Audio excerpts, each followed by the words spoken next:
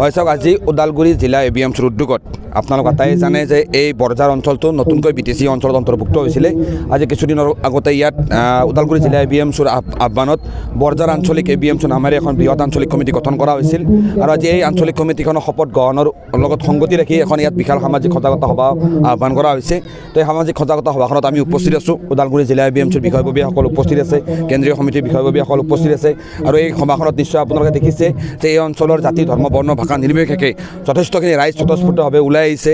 অসম চৰকাৰৰ মাননীয় পৰিবহণ মন্ত্ৰী চৰণ বড়ো ডাঙৰীয়া উপস্থিত আছে। এই অঞ্চলৰ স্থানীয় পৰিষদ শ্যামচুন্দী ডাঙৰীয়া উপস্থিত আছে। এই অঞ্চলৰ বিশিষ্ট শিক্ষাবিদসকল উপস্থিত আছে। বিভিন্ন দল সংগঠনৰ বিষয়ববীয়াসকল উপস্থিত আছে। ইয়াত সুন্দৰ এটা পৰিৱেশ ইয়াত সৃষ্টি হৈছে। ইয়াত দেশৰ সংবিধানৰ ওপৰত, জাতীয় জীৱনৰ সৈতে সম্পৃক্ত বিভিন্ন বিষয়ৰ ওপৰত, বিভিন্ন ৰাজনৈতিক সামাজিক বিষয়ৰ ওপৰত বিস্তৃতভাৱে আলোচনা কৰা হৈছে। আৰু আমি আশাবাদী BTC অঞ্চলত যিহেতু এই বৰজাৰ অঞ্চলটো নতুনকৈ অন্তৰ্ভুক্ত হৈছে। ইয়াৰ আগতে এই অঞ্চলটো দলগাঁও বিধানসভা সমষ্টি অন্তৰ্ভুক্ত আছিল, এতিয়া মাজবাট বিধানসভা সমষ্টি অন্তৰ্ভুক্ত হৈছে। আৰু এইবাৰ BTC ইলেকশ্যনো ইয়াত অনুষ্ঠিত হৈ গৈছে। কিন্তু আমি গম পাইছোঁ যে এতিয়ালৈকে যিটো খণ্ড উন্নয়নৰ ব্যৱস্থা, আৰক্ষী যিখিনি ব্যৱস্থাপনাখিনি এতিয়ালৈকে তেওঁলোকৰ হস্তান্তৰ হোৱা নাই। তো আমি আশাবাদী যে শীঘ্ৰেই প্ৰশাসনিক ব্যৱস্থাখিনিও ঠিক ঠাক কৰি লৈ এই অঞ্চলটোৰ সামগ্ৰিক উন্নয়নৰ ক্ষেত্ৰত চৰকাৰে ব্যৱস্থা গ্ৰহণ কৰিব। অসমৰ মুখ্যমন্ত্ৰী ডক্টৰ হিমন্ত বিশ্ব শৰ্মা ডাঙৰীয়াই সংবিধানৰ শপত খাই মুখ্যমন্ত্ৰী আসনত বহা দিনাৰে পৰা তেখেতে সংবিধানখন ভৰিৰে মোহাৰি গোটেই অসমৰ সংখ্যালঘু মুছলমান সমাজখনক বাংলাদেশী, মিয়া, অচিনাকি আদি বিভিন্ন অভিধাৰে অপমান কৰি, তুচ্ছ তাচ্ছিল্য কৰি অন্যায় অত্যাচাৰ কৰি আহিছে। মুখ্যমন্ত্ৰী হিমন্ত বিশ্ব শৰ্মা ডাঙৰীয়াই শপত খাইছিল, সংবিধানৰ শপত খাই কৈছিল যে তেখেতে বিধিৰ দ্বাৰা প্ৰতিষ্ঠিত বিধানসমূহ ৰক্ষা কৰিব, ৰাজ্যৰ প্ৰতিজন নাগৰিকৰ সৈতে ন্যায় প্ৰতিষ্ঠা কৰিব।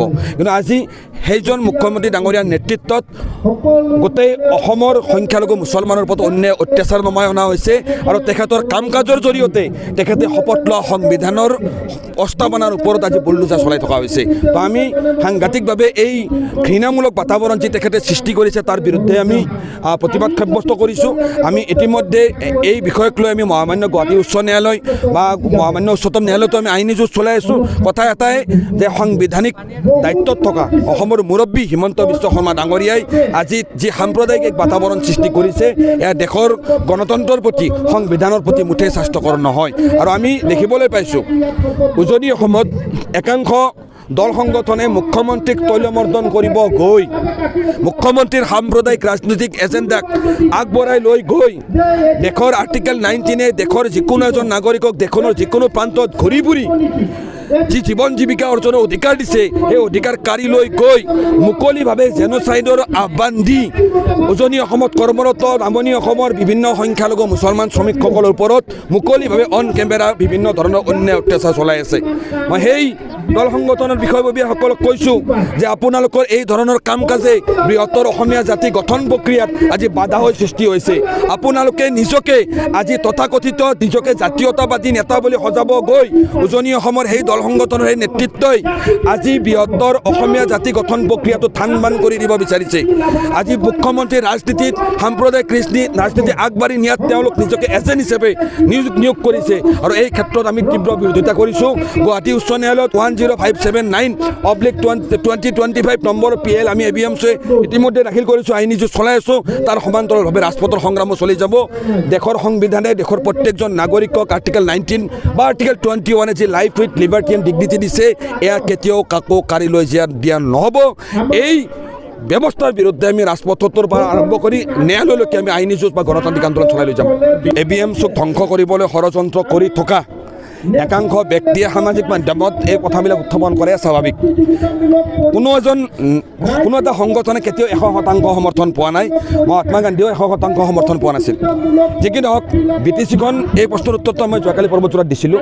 BTCখন 6 শিডিউল এখন কাউন্সিল, 6 শিডিউল কাউন্সিলবিলাক কিয় গঠন কৰা হয়? এই অঞ্চলৰ সৰ্বাংগীন উন্নয়নৰ কাৰণে। তো আমি এটা কথা স্পষ্ট, সচেতন মহল স্পষ্ট যে এই BTC অঞ্চলটোত যিখন চৰকাৰ থাকিব, এই চৰকাৰখনে ৰাজ্য চৰকাৰ আৰু কেন্দ্ৰীয় চৰকাৰৰ সৈতে এটা যোগাযোগ ৰক্ষা কৰি চলিব লাগিব। আজি BJP চৰকাৰৰ দিনত গোটেই ভাৰতবৰ্ষত এই পৰিৱেশটো নাই যে বিৰোধী দলত থাকিলেও কোনোবা এখন চৰকাৰক কিবা এটা অঞ্চল আগবঢ়াই লৈ যোৱাত বা কোনোবা MLA MCLA কিবা আগবঢ়াই লৈ যোৱাত এই কেন্দ্ৰীয় ৰাজ্য চৰকাৰে সহায় নকৰে। এই অটল বিহাৰী বাজপেয়ী ডাঙৰীয়াৰ দিনৰ ৰাজনীতি ভাৰতবৰ্ষত বৰ্তমান নৰেন্দ্ৰ মোদী ডাঙৰীয়াৰ নেতৃত্বত ধ্বংস কৰি দিয়া হৈছে। আছে তো সেইকাৰণে আমি যিহেতু BTC চৰকাৰখনে বা নেতৃত্বত থকা হাগ্ৰামা মহিলাই ডাঙৰীয়া বৰ্তমান NDAত চামিল হৈছে তো আমি তেখেতে যিখিনি আমাক প্ৰতিশ্ৰুতি দিছিল তেখেতে 5টা গ্যাৰাণ্টি প্ৰদান কৰিছিল আমাক তাৰ প্ৰধান আমাৰ দাবীটোৱে আছিল যে BTC 2003 চনৰ 10 ফেব্ৰুৱাৰীৰ আগৰ পৰা বসবাস কৰি থকা প্ৰতিটো জাতি জনগোষ্ঠীৰ মানুহক ভূমিৰ অধিকাৰ সুৰক্ষিত কৰিব লাগিব BTC চুক্তিৰ 4.3 দফাত স্পষ্টভাৱে লিখা আছে তো আমি হাগ্ৰামা মহিলাই ডাঙৰীয়াৰ পৰা আমি এইখিনিয়ে বিচাৰিছোঁ যে তেখেতৰ নেতৃত্বত যিখন চৰকাৰ চলি আছে এই চৰকাৰৰ দ্বাৰা BTCৰ কাউন্সিলৰ অন্তৰ্ভুক্ত 35 লাখ জনসাধাৰণৰ ন্যায় নিৰাপত্তাৰ অধিকাৰ যাতে সুনিশ্চিত হৈ থাকে তেখেতৰ পৰা আমি এইখিনি আশা সেইখিনি কৰিবলৈ গৈ তেখেতে যি ৰাজনৈতিক স্থিতিয়ে নলওক কিয় সেই স্থিতিৰ দ্বাৰা যাতে BTCৰ সংখ্যালঘুতা কোনো শ্ৰেণীৰ জাতি জনগোষ্ঠীৰ যাতে কোনো ধৰণৰ ক্ষতি নহয় যেতিয়ালৈকে ক্ষতি নহ'ব তেতিয়ালৈকে আমি তেখেতৰ এই ধৰণৰ গঠনমূলক কাম কাজত আমি সহায় সহযোগ কৰি যাম জনগণৰ বিপৰীতে অৱস্থান গ্ৰহণ কৰিলে ৰাজপথত প্ৰতিবাদ কৰিবলৈ আমি প্ৰস্তুত হৈ থাকিম